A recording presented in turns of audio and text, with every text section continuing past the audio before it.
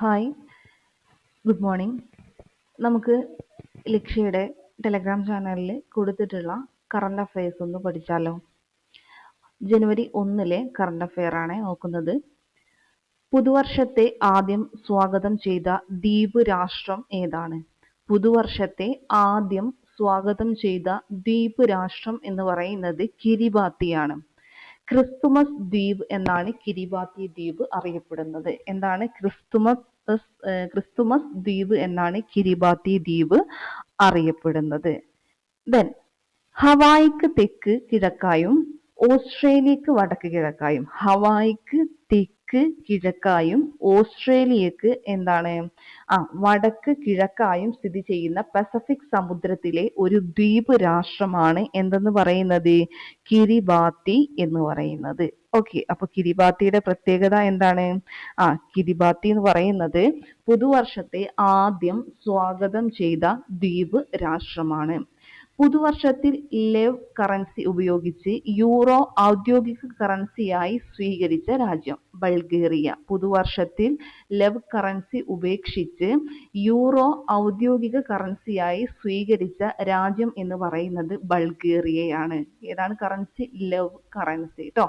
ഇത് ഉപേക്ഷിച്ചിട്ട് യൂറോ ഔദ്യോഗിക കറൻസിയായി സ്വീകരിച്ച രാജ്യമാണ് ബൾഗേറിയ. ബൾഗേറിയ യൂറോപ്യൻ യൂണിയൻ ചേർന്നതിന് ഏകദേശം 19 വർഷങ്ങൾക്ക് ശേഷമാണ് ലെവ് കറൻസിയിൽ നിന്ന് യൂറോയിലേക്കുള്ള മാറ്റം എന്ന് പറയുന്നത്.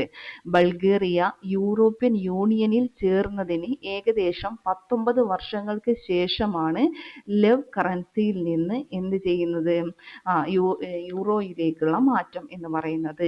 യൂറോ ഉപയോഗിക്കുന്ന രാജ്യങ്ങളെ എല്ലാം ചേർത്ത് പറയുന്ന പേരാണ് യൂറോസോൺ എന്നുള്ളത്. എന്താ യൂറോസോൺ എന്ന് പറയുന്നത്?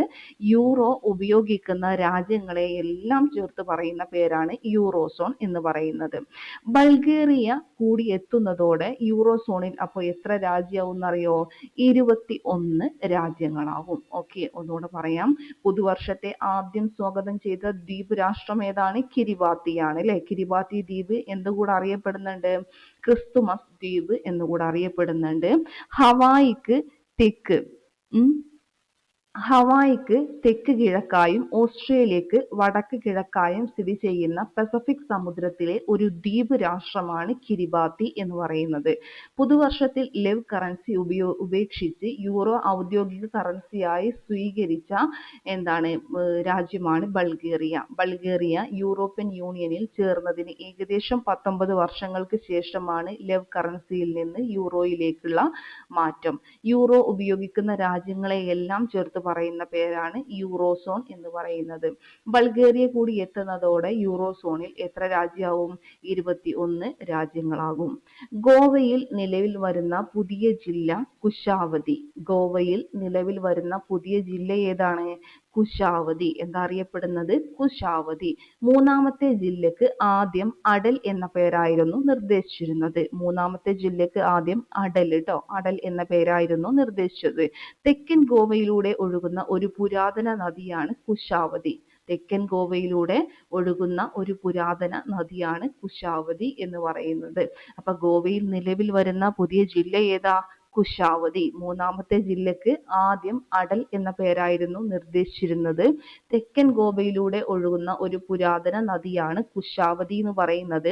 ഗോവയിൽ നിലവിൽ 2 ജില്ലകളാണ് ഉള്ളത്, സൗത്ത് ഗോവയും നോർത്ത് ഗോവയും. മൂന്നാമത് വന്നതാണ് കുശാവതി.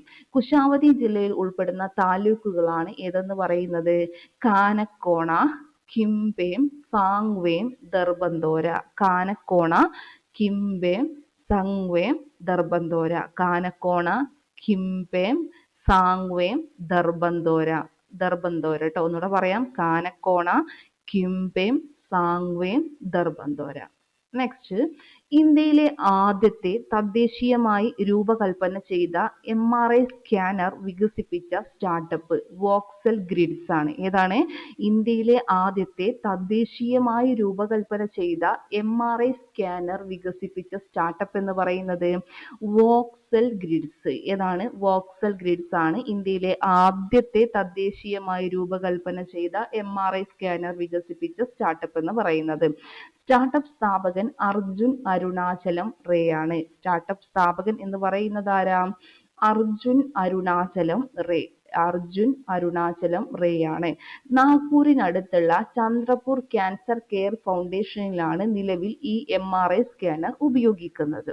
അപ്പോൾ ഇന്ത്യയിലെ ആദ്യത്തെ തദ്ദേശീയമായി രൂപകൽപ്പന ചെയ്ത MRI സ്കാനർ വികസിപ്പിച്ച സ്റ്റാർട്ടപ്പ് വോക്സൽ ഗ്രിഡ്സ് ആണ്. സ്റ്റാർട്ടപ്പ് സ്ഥാപകൻ അർജുൻ അരുണാചലം റേ. സ്റ്റാർട്ടപ്പ് സ്ഥാപകൻ ആരാണ്? അർജുൻ അർജുൻ അരുണാചലം റേ എന്നയാളാണ്. ഇനി നാഗ്പൂരിനടുത്തുള്ള ചന്ദ്രപൂർ ക്യാൻസർ കെയർ ഫൗണ്ടേഷനിലാണ് നിലവിൽ ഈ MRI സ്കാനർ ഉപയോഗിക്കുന്നത്. ദ്രാവക ഹീലിയം ഉപയോഗിക്കാത്തതിനാൽ വോക്സൽ ഗ്രിഡ്സിന് MRI സ്കാനറുകൾ നിർമ്മിക്കാൻ ഏകദേശം 40% ചെലവ് കുറവാണ്. ദ്രാവക ഹീലിയം ഉപയോഗിക്കാത്തത് കൊണ്ട് വോക്സൽ ഗ്രിഡ്സിന് MRI സ്കാനറുകൾ നിർമ്മിക്കാൻ ഏകദേശം 40% ചെലവ് കുറവാണ്. ഇന്ത്യ തദ്ദേശീയമായി വികസിപ്പിച്ച് വിജയകരമായി പരീക്ഷിച്ച ആദ്യത്തെ അർദ്ധ ബാലിസ്റ്റിക് മിസൈലാണ് പ്രളയ് എന്ന് പറയുന്നത്. ഇന്ത്യ തദ്ദേശീയമായി വികസിപ്പിച്ച് വിജയകരമായി പരീക്ഷിച്ച ആദ്യത്തെ അർദ്ധ ബാലിസ്റ്റിക് മിസൈലാണ് ഏതെന്ന് പറയുന്നത്? പ്രളയ് എന്ന് പറയുന്നത്. നമ്മുടെ ഇന്ത്യ തദ്ദേശീയമായിട്ട് വികസിപ്പിച്ച് വിജയകരമായി പരീക്ഷിച്ച ആദ്യത്തെ അർദ്ധ ബാലിസ്റ്റിക് മിസൈൽ ഏതാണ്? പ്രളയ്. പ്രളയ്. ഒന്നിന് പിറകെ ഒന്നായി 2 പ്രളയ് മിസൈലുകൾ ഒരേ ലോഞ്ചറിൽ നിന്ന് വിജയകരമായി വിക്ഷേപിച്ചു. ഒഡീഷയിലെ ചാന്ദിപൂരിൽ നിന്നാണ് പരീക്ഷണം നടന്നത്. ഇവിടെ നിന്നാണ്? ഒഡീഷയിലെ ചാന്ദിപൂരിൽ നിന്നാണ് പരീക്ഷണം നടന്നിട്ടുള്ളത്. 2020 ഇന്ത്യ ചൈന അതിർത്തിയിലെ ഗാൽവൻ സംഘർഷം പ്രമേയമാക്കി അപൂർവ ലാഖിയ സംവിധാനം ചെയ്ത സിനിമ ബാറ്റിൽ ഓഫ് ഗാൽവൻ. ഏതാണ്? 2020 ഇന്ത്യ ചൈന അതിർത്തിയിലെ ഗാൽവൻ സംഘർഷം പ്രമേയമാക്കി അപൂർവ ലാഖിയ സംവിധാനം ചെയ്ത സിനിമ എന്ന് പറയുന്നത് ബാറ്റിൽ ഓഫ് ഗാൽവൻ. ഏതാണ്?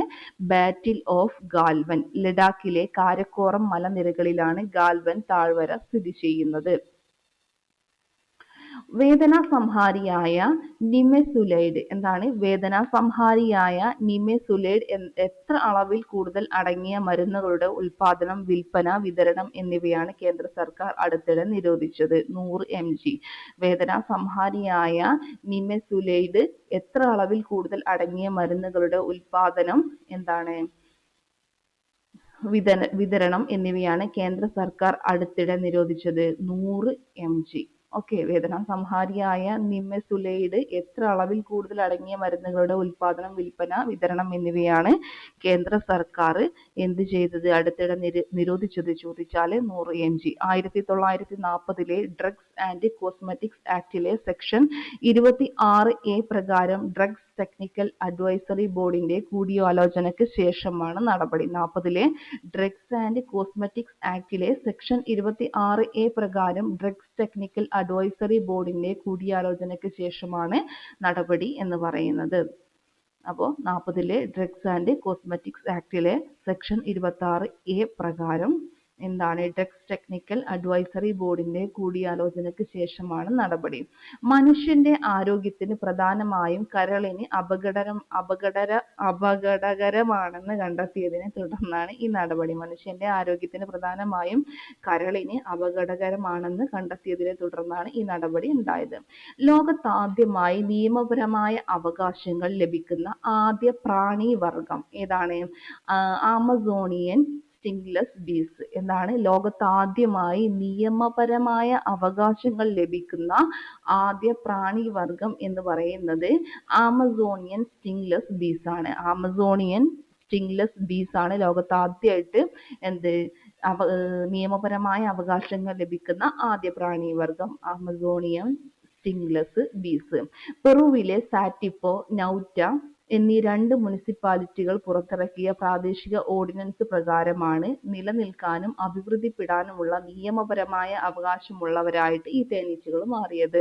പെറുവിലെ സാറ്റിപ്പോ അതുപോലെ നൗറ്റ എന്നീ 2 മുനിസിപ്പാലിറ്റികൾ പുറത്തിറക്കിയ പ്രാദേശിക ഓർഡിനൻസ് പ്രകാരമാണ് നിലനിൽക്കാനും അഭിവൃദ്ധിപ്പെടാനുമുള്ള നിയമപരമായ അവകാശമുള്ളവരായി ഈ തേനീച്ചകൾ മാറിയത്. ലോകത്തിലെ ഏറ്റവും പഴക്കമുള്ള തേനീച്ച വർഗം ഇവരാണെന്ന് കരുതപ്പെടുന്നു. ലോകത്തിലെ ഏറ്റവും പഴക്കമുള്ള തേനീച്ച വർഗം ഇവരാണെന്ന് കണക്കാക്കപ്പെടുന്നു. ആര്? ആമസോണിയൻ സ്റ്റിംഗ്ലെസ് ബീസ് ട്ടോ.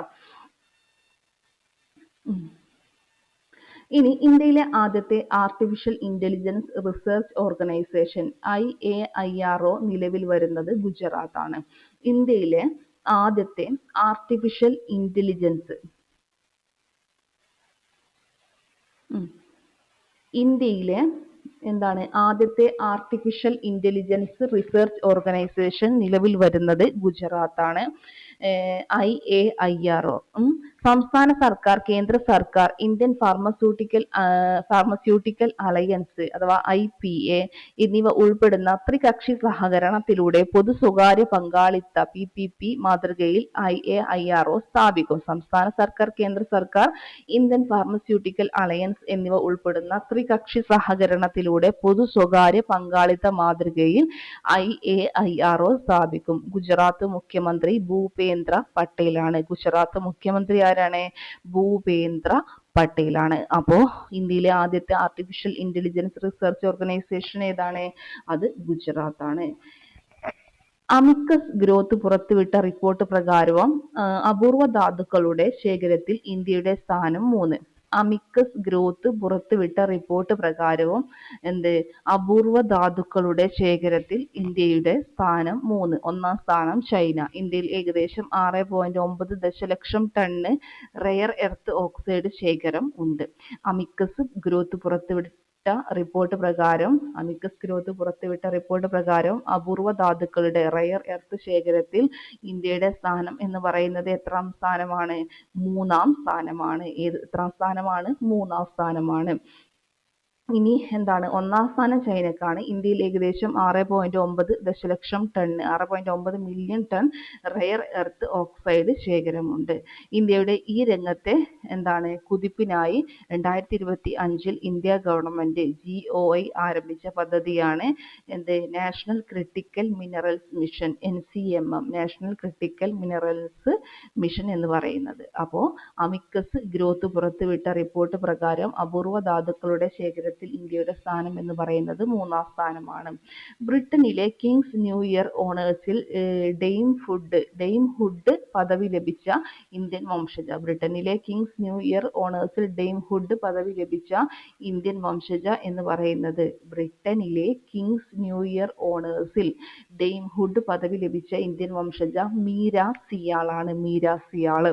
പുരുഷന്മാർക്ക് ലഭിക്കുന്ന സർ പദവിക്ക് തുല്യമായി സ്ത്രീകൾക്ക് നൽകുന്ന ബഹുമതിയാണ് ഡെയിം. ഇതോടെ അപ്പോൾ നമ്മൾ ഇവിടെ പറഞ്ഞു നിർത്തിയത് അതിനിടയിൽ ഒരു ചെറിയൊരു കോൾ വന്നതാണ് കേട്ടോ. ഓക്കെ. ബ്രിട്ടനിലെ കിങ്സ് ന്യൂ ഇയർ ഓണേഴ്സിൽ ഡെയിം ഹുഡ് പദവി ലഭിച്ച ഇന്ത്യൻ വംശജ മീര സിയാളാണ്. പുരുഷന്മാർക്ക് ലഭിക്കുന്ന സർ പദവിക്ക് തുല്യമായി സ്ത്രീകൾക്ക് നൽകുന്ന ബഹുമതിയാണ് ഡെയിം. പുരുഷന്മാർക്ക് ലഭിക്കുന്ന സർ പദവി ഉണ്ടല്ലോ, നൈറ്റ്ഹുഡ് പദവി, ഇതിന് തുല്യമായിട്ട് സ്ത്രീകൾക്ക് നൽകുന്ന ബഹുമതിയാണ് ഡെയിം എന്ന് പറയുന്നത്. അപ്പോൾ ബ്രിട്ടനിലെ കിങ്സ് ന്യൂ ഇയർ ഓണേഴ്സിൽ ഡെയിം ഹുഡ് പദവി ലഭിച്ച ഇന്ത്യൻ വംശജ ആരെന്ന് ചോദിച്ചാൽ മീര സിയാളാണ് കേട്ടോ. ഇതോടെ ഇവർ ഡെയിം മീര സിയാൾ എന്ന് അറിയപ്പെടും. ഇനി 2026 UN വർഷാചരണങ്ങളാണ് international year of rangelands and pastoralist PASTORALISTS pastoralist അതാണ് international year of rangelands and pastoralists. Then അടുത്ത ഒന്നാണ് ഏത് international year of volunteers for sustainable development. അപ്പോൾ 2026 UN വർഷാചരണങ്ങളാണ് ഒന്ന് international year of rangelands and pastoralists, international year of volunteers for sustainable development, international year of woman farmer. എന്താണ് international year of woman farmer? ഇത് മൂന്നാണ് എന്ത് 2026 UN വർഷാചരണങ്ങൾ എന്ന് പറയുന്നത്. ഒന്നുകൂടെ പറഞ്ഞാലോ, international year of rangelands and pastoralists, international year of volunteers for sustainable development, international year of woman farmer. Okay. ഇനി സർക്കാർ തപാൽ സംവിധാനത്തിലൂടെയുള്ള കത്തുകളുടെ വിതരണം നിർത്തലാക്കുന്ന ലോകത്തിലെ തന്നെ ആദ്യ രാജ്യം ഡെൻമാർക്കാണ്. സർക്കാർ തപാൽ സംവിധാനത്തിലൂടെയുള്ള കത്തുകളുടെ വിതരണം നിർത്തലാക്കുന്ന ലോകത്തിലെ തന്നെ ആദ്യ രാജ്യം എന്ന് പറയുന്നത് ഡെൻമാർക്കാണ്. 400 വർഷത്തിലധികം പഴക്കമുള്ള തപാൽ വിതരണ പാരമ്പര്യമാണ് ഡെൻമാർക്ക് അവസാനിപ്പിച്ചത്. ഡിജിറ്റൽ യുഗത്തിൽ കത്തുകളുടെ ഉപയോഗം കുത്തനെ കുറഞ്ഞതാണ് ഈ തീരുമാനത്തിന് കാരണം എന്ന് പറയുന്നത്. കത്തുകളുടെ വിതരണം നിർത്തിയെങ്കിലും ഓൺലൈൻ ഷോപ്പിംഗ് വർദ്ധിച്ചു വരുന്ന സാഹചര്യത്തിൽ പാഴ്സൽ ഡെലിവറി സേവനങ്ങൾ ഡെൻമാർക്കിലെ സർക്കാർ അധീനതയിലുള്ള തപാൽ സർവീസായ പോസ്റ്റ് നോഡ് തുടരും. ഇനി സർക്കാർ തപാൽ സംവിധാനത്തിലൂടെയുള്ള കത്തുകളുടെ വിതരണം നിർത്തലാക്കുന്ന ലോകത്തിലെ തന്നെ ആദ്യ രാജ്യം എന്ന് പറയുന്നത് ഡെൻമാർക്കാണ്. 400 വർഷത്തിലധികം പഴക്കമുള്ള തപാൽ വിതരണ പാരമ്പര്യമാണ് ഡെൻമാർക്ക് അവസാനിപ്പിച്ചത്. ഡിജിറ്റൽ യുഗത്തിൽ കത്തുകളുടെ ഉപയോഗം കുത്തനെ കുറഞ്ഞതാണ് ഈ തീരുമാനത്തിന് കാരണം. കത്തുകളുടെ വിതരണം നിർത്തിയെങ്കിലും ഓൺലൈൻ ഷോപ്പിംഗ് വർദ്ധിച്ചു വരുന്ന സാഹചര്യത്തിൽ പാഴ്സൽ ഡെലിവറി സേവനങ്ങൾ ഡെൻമാർക്കിലെ സർക്കാർ അധീനതയിലുള്ള തപാൽ സർവീസായ പോസ്റ്റ് നോഡ് തുടരും. ഓക്കെ.